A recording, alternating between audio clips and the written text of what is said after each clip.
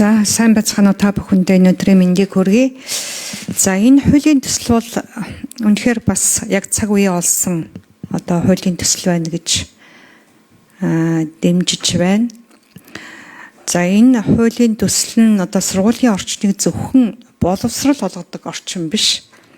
Харин хүүхдийн эрүүл мэнд, аюулгүй байдал, зөв дадал хэвшлийг хамттан хангадаг нэгдсэн юм систем болгох зорилготой хууль байна гэж харж байна.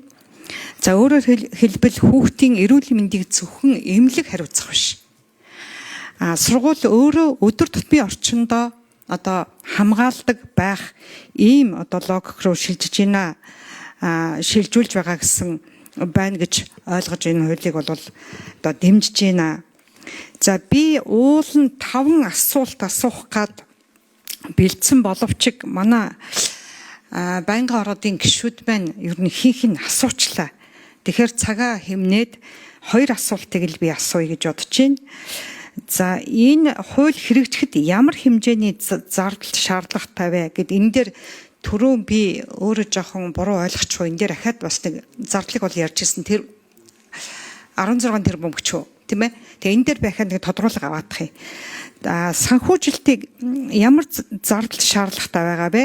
Санхүүжилтийг хэрхэн шийдвэрлэх вэ? Шийдвэрлэхэд төлөвлөсөн бэ?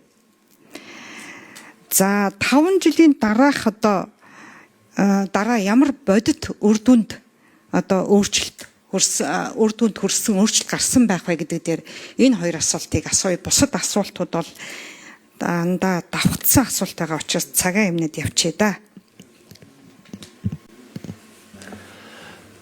За хэн хариулах вэ? Эндрийн микрофоныг нэй. За гишүүний асуултанд хариулъя. Буян тогтох ажлын алуу. За хуулийн төсөл хэрэгжиж эхэлснээс яг төрийн өмчийн сургууль түүний алуун хаагчийн хүний нөөцийн цалингийн зардал 1.5 тэрбум төгрөг. Хүний нөөцийн хангамжийн материалд бол 7 тэрбум 800 сая. Тэгэд нийт 9.4 тэрбум төгрөг зарцуулахаар байгаа. За төрийн өмчийн сургуулийн захирлын хүний нөөцийн цалингийн зардал нийтдээ бол 1.4. За хүний нөөцөд нь 250 сая. За нийлээд бол 1.7 тэрбум төгрөгийн зардал гарахаар байгаа. За боловсролын асуудал эрхэлсэн төрийн захиргааны байгууллага бусад холбогдох төрийн захиргааны байгууллага хүний нөөцийн цалингийн зардал за 22 сая. Хүний нөөцийн хангамжийн материалын зардал 5 тэрбум, нийтдээ 5 тэрбум 26 сая төгрөгийн зардал гарахаар байгаа. Ингээд төрийн байгууллагад үүсэж байгаа нийт зардлын тоо бол 16 тэрбум 201 сая төгрөг гарахаар ингэж тооцоолсон. Ерөнхийдөө бусад эрүүл мэндтэй холбоотой зардлууд бол нөгөө нэг иргэнээр тооцсон эрүүл мэндийн зардал анхан шатны эрүүл мэндийн байгууллагуудаар гарна.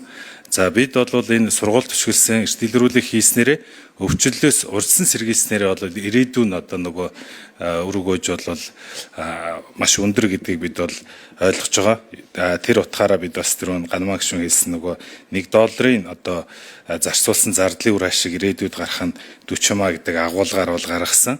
Бид 0-оос 7-оос 6-аас ер нь 17 настай хүүхдийгээ бид ерөнхийдөө эрүүл гээд ангилд бодчихдөг юм байна. Гэхдээ яг амьдрал дээр бол эрүүл биш байгаа нь бидний маш олон судалгаар харагдаж байгаа. Яг цэргийн насан дээр ирээл бараг цэргийн насны ихэнх ирчүүд маань эрүүл мэндийн шалтгаанаар хасагддаг. Тийм учраас энэ 3 насны бүлэглэлээр бид нэр яг ийм тусгайсан үзлэг хийж байгаа нь эрүүл бие махбодыг эрүүлээр нь урт хугацаанд байлгах нь эдийн засгийн хамгийн үр ашигтай ийм арга хэмжээ юм а гэж ойлгож бас энэ сургууль төшгөлсөн үзлэгийн асуудлыг онцгойж авч үзэж байгаамаа. Баярлалаа.